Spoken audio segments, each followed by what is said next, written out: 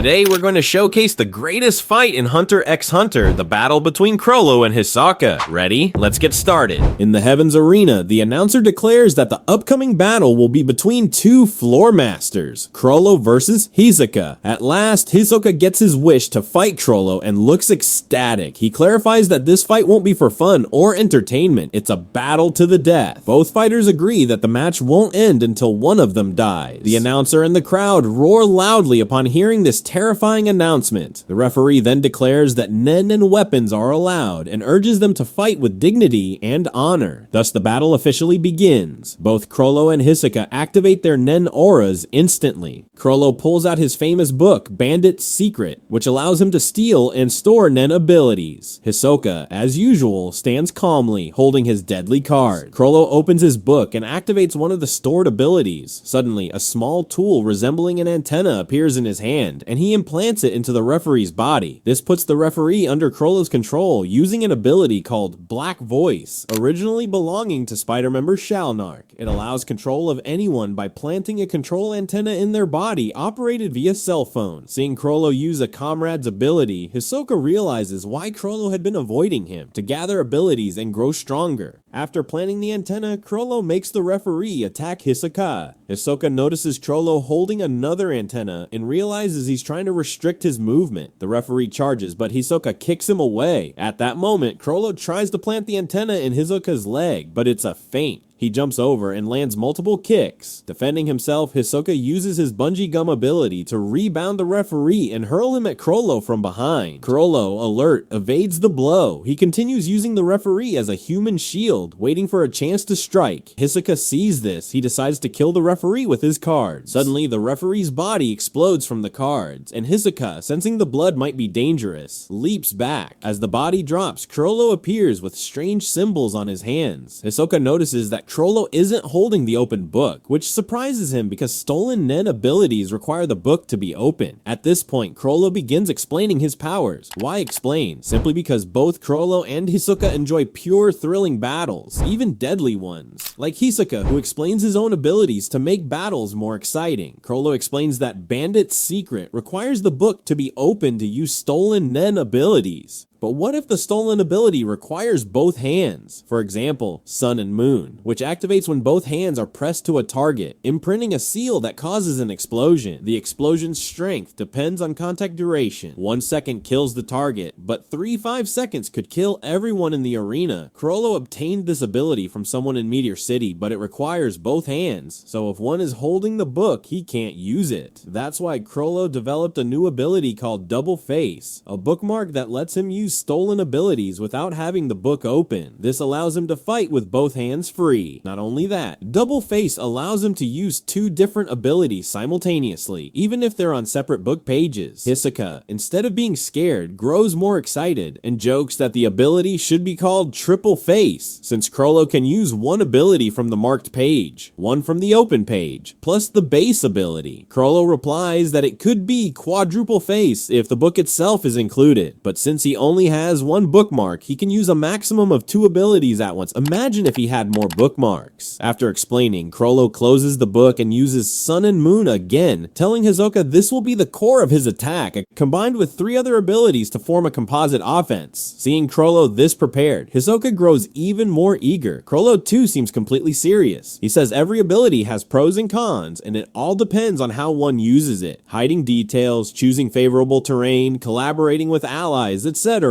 Chrollo has one major advantage. He can increase his powers by stealing useful nen abilities that enhance his odds. Hisoka praises Chrollo's preparation and expresses excitement to see how things unfold, especially the moment Chrollo's plans collapse. Chrollo then flips a page in his book and activates an ability called Order Stamp, Prop of Humanity. This is a stamp that allows him to control puppets once marked. It's weaker than Shalnark's Black Voice because it doesn't control living humans, but it can command a vast number of puppets at once, unlike Black Voice, which controls only 2 people. However, Order Stamp has a drawback. It can't issue complex orders. Chrollo then opens another book page, places the bookmark, and approaches the referee's exploded corpse. He uses a new ability from another Spider member, Cortopi, called Gallery Fake, or Demonic Left Hand, ruling ruling right hand. It allows perfect duplication of any touched object, but the clones are non-living, just corpses or puppets. Since these are puppets, Chrollo can control them via order stamp. He starts attacking Hisoka using a copy of the referee. Though not alive, these puppets stop moving if their heads are destroyed. According to the ability's creator, the difference between a corpse and a puppet is that a puppet has a head. Chrollo even shares this with Hisoka. Odd, but not surprising, as both are battle obsessives. Hisoka dodges and breaks the puppet's neck, making it collapse and lose the stamp. Since Chrollo mentioned 3 more abilities, Hisoka asks about the third. Chrollo opens another page, marks it, then shows his hands with symbols resembling arrows. The ability is called Convert Hands, Transfer Student. This is an ability that works as follows. If Chrollo touches someone with his right hand, that person's appearance transforms into Chrollo's. If he touches someone with his left hand, Chrollo's appearance transforms into that person's. And if he touches someone with both hands, they swap appearances. After explaining this, Hisoka asked if the battle had already begun, to which Chrollo replied that there was one last important piece of information to share. Chrollo explained that a stolen ability disappears from his book if the original user dies, but something strange happened. One ability remained in his book even though its original owner had died long ago. Hisoka immediately understood and said this was due to the known Nen phenomenon. Nen becomes stronger after its user dies. For example, when Pitou died in front of Gon, her ability didn't vanish. Instead, it grew stronger, allowing her to control her corpse and attack Gon, even cutting off his arm while he was in adult form, whereas when she was alive, she couldn't even land a hit. Chrollo then revealed that the ability in question was Sun and Moon, which originally belonged to the Elder of Meteor City. When the Elder died, the ability didn't disappear from Chrollo's book, which surprised him. But according to the admin's opinion, it seemed that Chrollo didn't forcibly steal it, but rather received it with the Elder's consent, who wanted his ability's effect to continue protecting Meteor City, to which Chrollo also belonged. Chrollo stated that the mark placed using Sun and Moon never disappears, even if the bandit's secret book is closed or another ability is used, meaning he could detonate the marked person at any time. He concluded by saying he was 100% confident he would win, and asked Hisoka if he still insisted on fighting to the death. Hisoka of course replied that he wanted to continue. After that, Chrollo placed the bookmark inside his book and leapt away from Hisoka, who didn't allow him to escape and chased after him. At that moment, Chrollo activated the Black Voice ability, and Hisoka activated Bungee Gum, and the fight extended into the crowd, causing great chaos. Chrollo planted one of his antennas into a large man in the audience and controlled him with Black Voice to stop Hisoka from chasing him. Hisoka noticed Chrollo trying to blend in with the crowd and escape, so he broke the arm of the man blocking him, only to be surprised by another person standing in his way who was also under Chrollo's control. Chrollo used both Black Voice antennas to distract Hisoka and disappear from his sight, and although Hisoka quickly defeated the 2 controlled individuals, he could no longer recognize Chrollo among the crowd because Chrollo had used Convert Hands to disguise himself.